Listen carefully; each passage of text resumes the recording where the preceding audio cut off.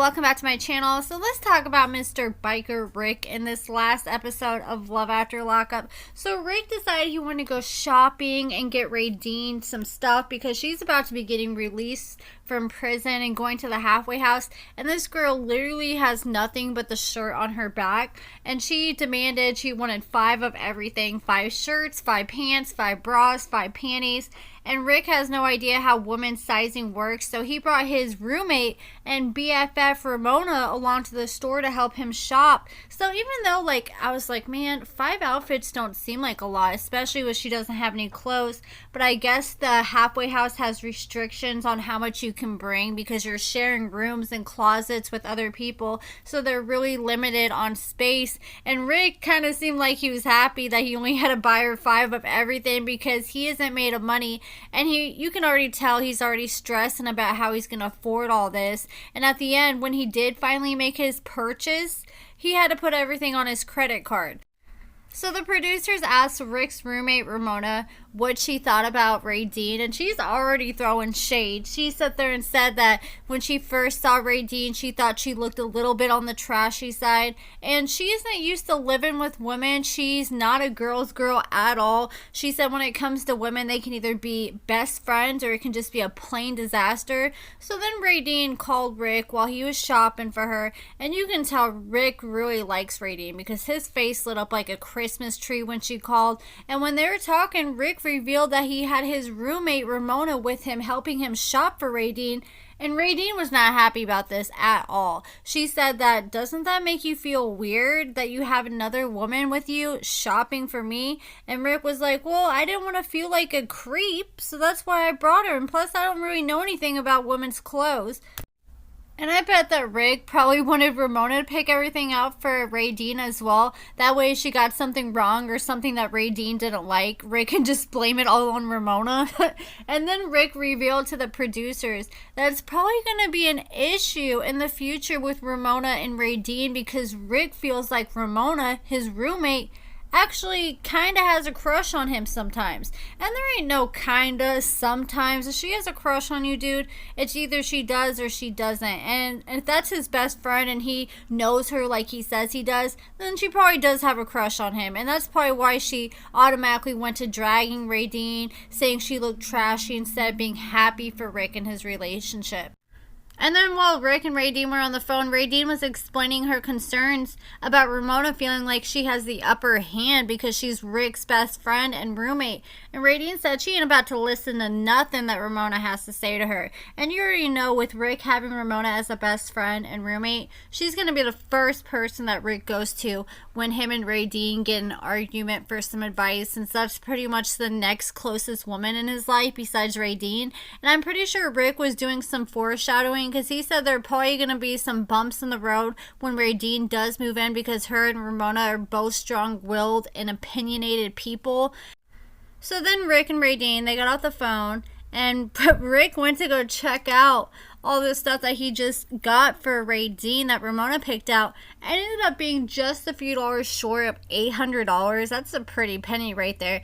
And you can tell that's when it finally started to hit Rick on how expensive supporting Raydean may be, and he was super stressed and ended up putting it all on his credit card. I think that's a big mistake a lot of these people on these shows do. Like, they get on the show and they don't have the means to support the person they're trying to pull, so they had to put everything on credit cards to put on this facade that everything is all good and they got money like that. And I know they make $2,000 an episode, so a lot of these people probably just be like, oh, I'm gonna get $2,000 a show so I can just keep all this up and pay it back. But then a lot of these people go and get way in over their head and go overboard, and when they film the show, it doesn't premiere on TV for another year or a year and a half sometimes after they film. And from what I've heard from people who have worked for Sharp Entertainment, which does Love After Lockup, 90 Day Fiance, Love Off the Grid, they usually pay you in two installments they'll pay you for the first half of the season by the number of episodes you appear on, as long as you don't break your NDA. And they pay you the first half after the first half of the season premieres, and then they pay them the second half after the season finale. So that's going to be a cool minute before you even get paid for being on the show. Another year and a year and a half at least. And if Rip keeps spending like this, by the time he gets paid, it'll just all be going towards paying back all this credit card debt. So hopefully Rick don't get too in over his head with all this spending. He probably didn't realize how expensive a girlfriend really is because he isn't used to having one. He's used to being a player. And he admitted, like, look, Raydean does deserve all this stuff, but at the same time, I can't afford this stuff. He said he's stable, but he isn't, like, doing super great or wealthy by any means. So then Rick decided to go meet up with Raydean's parents and talk about all the plans for Raydean after she's finally released from the halfway house. So Rick jumped on his motorcycle to head over to Raydean's parents' house, and I can't help it. Every time I see Rick on his motorcycle riding around, I always see Doug sitting there on the back with his hair blowing through the wind. So Rick went to Raydean's parents' house, and Raydean's parents said at first they were not a fan of Rick and the age difference, but her parents quickly changed their mind and thought that, hey, I think Rick is pretty good for Raydean, especially compared to everyone else she's brought home in the past. But Raydean's dad especially was expressing concern because Rick has a past with issues with substances and drinking, and so does Raydean, and he doesn't want Raydean to be a bad influence on Rick or vice versa. And Rick was like, oh, you don't got nothing to worry about. And Rick revealed that he did have drinking problems in the past. He used to drink a whole bottle a day, but he says he hasn't had more than 6 drinks in the past 6 months, and he's doing a lot better now.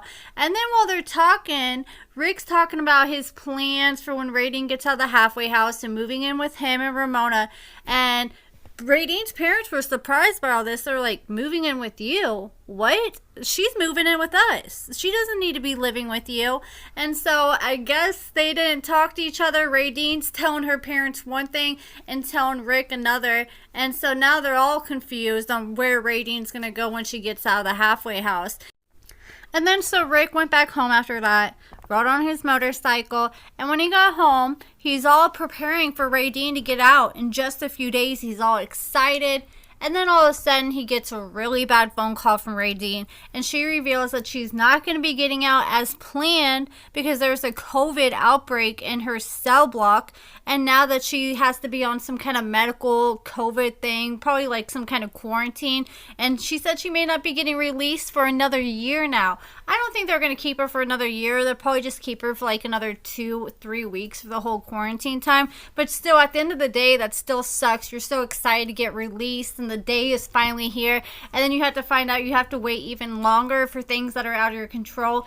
And Rick was so upset about this news. Like, he was like, you know, kind of taking it as it is because he has to learn to accept it because that's what's going to happen. But he was so upset, he didn't want to talk to the producers. He just jumped on his motorcycle and said he needed a minute. And I get it because, like, if I get upset, the last thing I want is cameras following me around on my face asking a million questions. So he ran off on his motorcycle for a minute to cool down, and he was really, really upset. But that's it for this video, guys. If there's any recommendations you guys have for videos or anything you guys specifically want to hear me talk about, please, please, please give me some ideas in the comments below. I've literally spent hours upon hours this past week trying to do research for some videos, but it's just been like a boring week overall with news. So if you have any recommendations, drop them below and let me know your thoughts about Rick in this last episode of Love After Lockup. And make sure you give this video a thumbs up, subscribe, and thank you guys so much for watching.